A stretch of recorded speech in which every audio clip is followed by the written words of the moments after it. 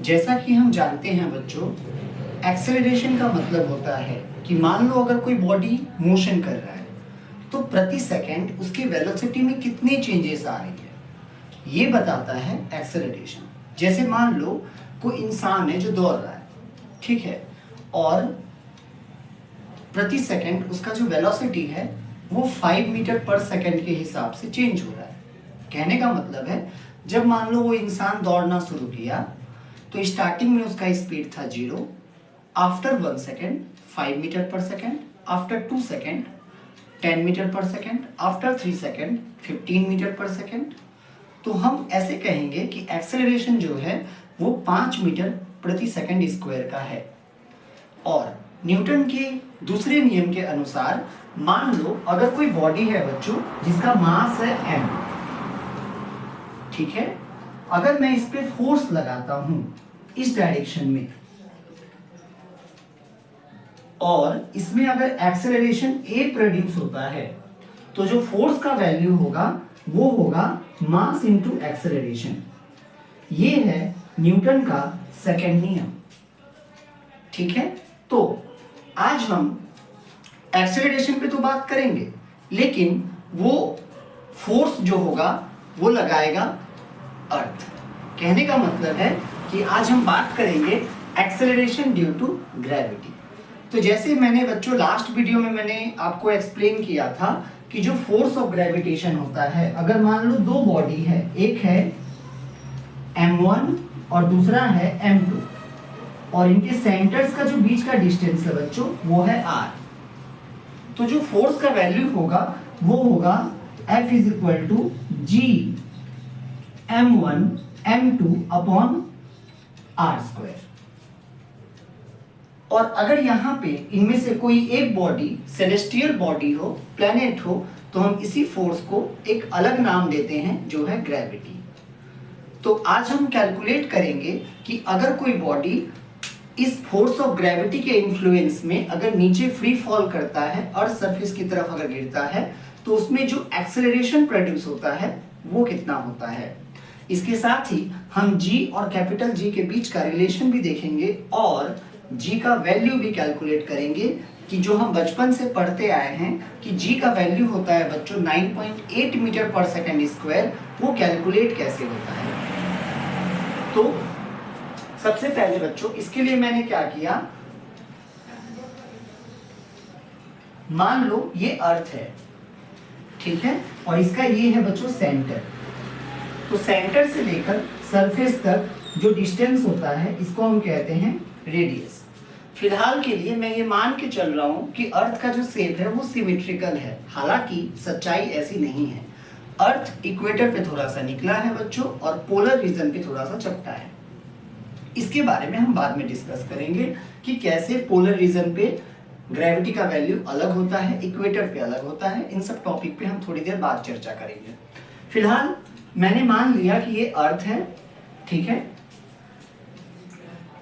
इसका जो बच्चों रेडियस है वो है r, ये है सेंटर, ठीक है, और कोई इंसान है जो छलांग लगा रहा है नीचे की तरफ। जैसे मान लो ये बिल्डिंग है, ठीक है, और यहां से वो इंसान है जो छलांग लगा रहा है नीचे की तरफ। ये इंसान नीचे की तरफ कूद गया, ठीक है। तो जैसे ही नीचे की तरफ कूदेगा इसके ऊपर फोर्स ऑफ ग्रेविटी काम करेगा और न्यूटन के दूसरे नियम के अनुसार उसमें एक एक्सेलरेशन प्रोड्यूस होगा, जो एक्सेलरेशन को हम कहते हैं एक्सेलरेशन ड्यू टू ग्रेविटी, मतलब ग्रेविटी फोर्स के कारण प्रोड्यूस होने वाला एक्सेलरेशन, ठीक है बच्चों। तो अब हम मान लेते हैं कि ये जो इंसान कूदा अर्थ सरफेस की तरफ, इसका जो मास है वो है m। तो हम कह सकते हैं न्यूटन के द्वितीय नियम से, second law of motion Newton का जो है बच्चों, तो इस पे जो फोर्स एक्ट करेगा वो बराबर होना चाहिए मास इनटू एक्सेलरेशन। और हालांकि यहाँ पे बॉडी जो है वो फ्री फॉल कर रहा है ना, वो in the influence of gravity नीचे गिर रहा है। तो यहाँ पे जो एक्सेलरेशन होगा इसको हम कुछ बोलेंगे m into G. What is g? Acceleration due to gravity, ठीक है, जो ग्रेविटी फोर्स के कारण जो उस बॉडी में प्रोड्यूस होगा एक्सेलरेशन, उसको हम डिनोट करेंगे स्मॉल g से। तो ये मैं मान लेता हूं इसको इक्वेशन नंबर 1, ठीक है। अब जैसा हमने लास्ट वीडियो में बच्चों डिस्कशन किया था कि जो फोर्स का वैल्यू होता है वो होता है Gm1m2/r²। तो इस केस में हम देख सकते हैं कि ये अर्थ है फर्स्ट बॉडी और सेकंड बॉडी है ये इंसान। अब सवाल ये उठता है बच्चों कि इंसान भी तो अर्थ को अपनी तरफ खींचेगा, तो अर्थ इंसान की तरफ क्यों नहीं जाता, है ना। जैसे मान लो मैं अगर ऊपर से छलांग लगाता हूं, ठीक है, तो मेरे पास भी तो मास है, अर्थ के पास भी मास है, तो फोर्स ऑफ ग्रेविटेशन जो होता है वो तो दोनों बॉडी की तरफ अट्रैक्शन इन नेचर का होता है, वो दोनों तरफ के काम करता है, दोनों की तरफ, मतलब मैं भी इस बॉडी को खींचूंगा, वो भी मुझे खींचेगा। लेकिन बॉडी तो फाइनली अर्थ सरफेस पे गिरता है, अर्थ तो नहीं चला जाता है बॉडी की तरफ। तो बच्चों इसका रीजन जो है वो ये है कि फोर्स ऑफ ग्रेविटेशन जो होता है ना वो मास पे डिपेंड करता है।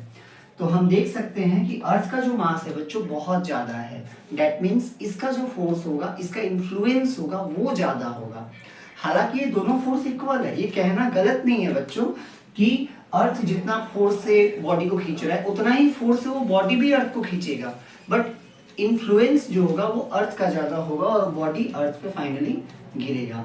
अब अगर हम यहाँ पे बात करें बच्चों तो according to force of gravitation हम लिख सकते हैं फोर्स इज इक्वल टू हो जाएगा जी, चलो मास ऑफ द अर्थ को मैं मान लेता हूं कैपिटल एम, तो ये हो गया बच्चों capital M into mass of that body that is small M upon ये डिस्टेंस कितना है बच्चों capital R that is radius of the earth. अब आपके दिमाग में एक चीज आ रहा होगा यहाँ पे कि कैपिटल आर जो है ये तो यहाँ तक होगा। अब ये बिल्डिंग का भी तो हाइट मैटर करता है, बिल्कुल करता है, जरूर करता है, लेकिन जरा सोचो अर्थ का रेडियस कितना है, लगभग 6400 किलोमीटर, लगभग 6400 किलोमीटर। अब एक बात बताओ एक बिल्डिंग कितना बड़ा होगा, 10 मीटर, 20 मीटर, 30 मीटर, 40 मीटर, क्या उसको हम 6400 किलोमीटर के रिस्पेक्ट में नेगलेक्ट नहीं कर सकते? इसीलिए हम इस हाइट को नेगलेक्ट कर रहे हैं, ठीक है बच्चों। तो ये डिस्टेंस क्या आ गया r, that is force is equal to g mass of the earth into mass of the body upon r²। तो इसको मैं ले लेता हूं इक्वेशन नंबर 2। अब हम जानते हैं ये दोनों फोर्स तो सेम होगा, है ना, क्योंकि फोर्स लगाने वाला तो अर्थ ही है। यहाँ पे भी फोर्स ऑफ ग्रेविटी है जो अर्थ लगाया इस बॉडी के ऊपर, और ये भी इन दोनों के बीच का ही फोर्स है, तो दोनों इक्वल होगा। तो फ्रॉम 1 and 2 को हम इक्वेट करते हैं। सो यहां पे हम लिखेंगे बच्चों from 1 and 2, from 1 and 2 g m into m upon r² is equal to m into g, ठीक है। अब दोनों तरफ स्मॉल एम कट गया, तो g का वैल्यू मिलेगा capital G into capital M upon r²। तो ये बहुत इंपॉर्टेंट फॉर्मूला है बच्चों एक्सेलरेशन ड्यू टू ग्रेविटी का, Gm अपॉन r²। आपने एक चीज नोटिस किया होगा यहाँ पे कि दोनों तरफ स्मॉल एम कट गया। इसका मतलब ये है कि चाहे वस्तु भारी हो, चाहे बॉडी का वेट बहुत ज्यादा हो या कम हो, एक्सेलरेशन ड्यू टू ग्रेविटी इस बात पे डिपेंड नहीं करता कि जो बॉडी गिर रहा है उसका मास कितना है, चाहे वो बॉडी हल्का हो या भारी हो, सबके लिए जो एक्सेलरेशन ड्यू टू ग्रेविटी का वैल्यू होगा बच्चों वो सेम होगा।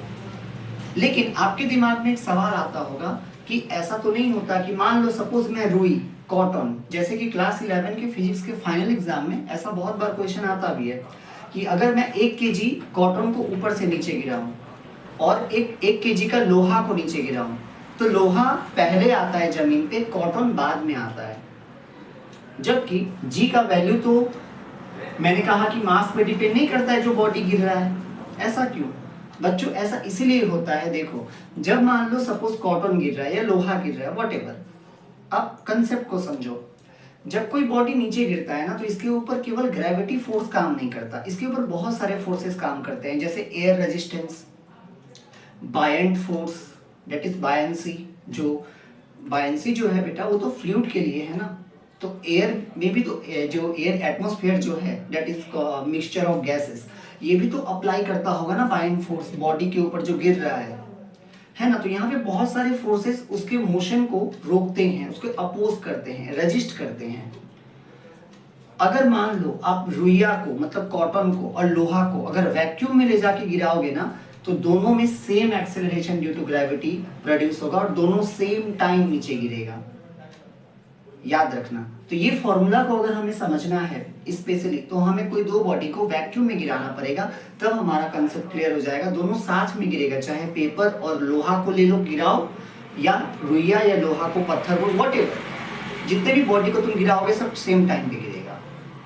क्यों? क्योंकि वहां पे एयर रेजिस्टेंस नहीं है, ड्रैगिंग फोर्स नहीं है, बायंट फोर्स नहीं है। ऐसे फोर्सेस ना बच्चों डेंसिटी पे डिपेंड करते हैं, जिसका डेंसिटी ज्यादा होता है, जिसका डेंसिटी कम होता है, इन सब पे डिपेंड करते हैं ये सब, ठीक है। तो G is equal to GM upon R square. जैसा हमने देखा बच्चों कि बॉडी का मास चाहे कितना भी हो, कोई बॉडी भारी हो हल्का हो, ग्रेविटी का वैल्यू उस बात पे डिपेंड नहीं करता। Now G is equal to GM upon R square, इसका मतलब ये हुआ बच्चों कि ये डिस्टेंस जितना ज्यादा होगा, कहने का मतलब है कि अर्थ का रेडियस तो बड़ा नहीं हो सकता, लेकिन मान लो ये जो इंसान था ये केवल इतना हाइट पे नहीं होता, जैसे कि हम बोलते हैं कि इसको नेगलेक्ट कर सकते हैं। असल में होता क्या है बच्चों, ये हाइट अगर 370 किलोमीटर तक हम इसको नेगलेक्ट करते हैं, समथिंग कुछ 370 मीटर ऐसे, ठीक है। लेकिन अगर मान लो बहुत ज्यादा ऊपर चले जाए, जैसे मान लो बच्चों मैं 100,000 किलोमीटर ऊपर चला गया, तो क्या ये डिस्टेंस क्या नेगलेक्ट होगा? नहीं। तो इसके आगे वाले वीडियो में हम चर्चा करेंगे कि जो G का वैल्यू होता है एक्सेलरेशन ड्यू टू ग्रेविटी, ये हाइट के साथ कैसे चेंज होता है, ठीक है। तो फिलहाल के लिए हम देख सकते हैं कि जैसे जैसे डिस्टेंस बढ़ता जाएगा सरफेस से, G का वैल्यू घटता जाएगा। चलो तो अब हम कैलकुलेट करते हैं अर्थ का एक्सेलरेशन ड्यू टू ग्रेविटी का वैल्यू कितना है। तो इसके लिए बच्चों G का वैल्यू क्या था आपको पता होगा, लास्ट वीडियो में मैंने जैसे बताया था 6.674 इंटू 10⁻⁻11 न्यूटन मीटर स्क्वायर पर केजी स्क्वायर, राइट। तो पहले मैं सारा वैल्यू को यहाँ पे लिख देता हूँ, 6.674 इंटू 10⁻⁻11 और G का यूनिट क्या था? व्हाट इज G बच्चों? यूनिवर्सल ग्रेविटेशनल कांस्टेंट, ठीक है। और ये M क्या है? Mass of the earth. ये R क्या है? Radius of the earth. Newton metre square पर केजी स्क्वायर। अब मास ऑफ द अर्थ क्या है बच्चों? 5.972 इंटू 10⁻24 केजी, ये मास ऑफ द अर्थ है। किसी किसी बुक में ना 6 इंटू 10⁻24 केजी भी दिया रहता है, ठीक है। और रेडियस है बच्चों 6378 किलोमीटर, दैट इज 6378 किलोमीटर। अब आपको लगा होगा कि सर आपने तो स्टार्टिंग में 6400 किलोमीटर बोला था, तो बच्चों मैंने अप्रोक्सीमेट वैल्यू बोला था। ये जो मैं डेटा यूज कर रहा हूँ ना, ये इक्वेटोरियल रेडियस है, याद रखना। मतलब अर्थ जो है वो इक्वेटर पे थोड़ा सा निकला हुआ है, पोलर रीजन पे थोड़ा सा चपटा है, जिसको जियोइड अलग ही शेप है अर्थ का, ठीक है। तो हम इक्वेटर पे बेसिकली कैलकुलेट कर रहे हैं जी का वैल्यू। जी का वैल्यू बेटा through out the earth surface same नहीं है, आप देख सकते हो ये आर पे डिपेंड कर रहा है, राइट। तो जहां का आर कम होगा वहां जी का वैल्यू ज्यादा होगा। ये इनवर्सली है ना, देखो नीचे वाला फ्रैक्शन अगर इंक्रीज होता है तो ऊपर वाला घटेगा, और नीचे वाला अगर डिक्रीज होता है तो जी का वैल्यू बढ़ेगा। यही रीजन है बच्चों, जो जी का मैक्सिमम वैल्यू है ना वो पोल पे है और इक्वेटर पे कम है।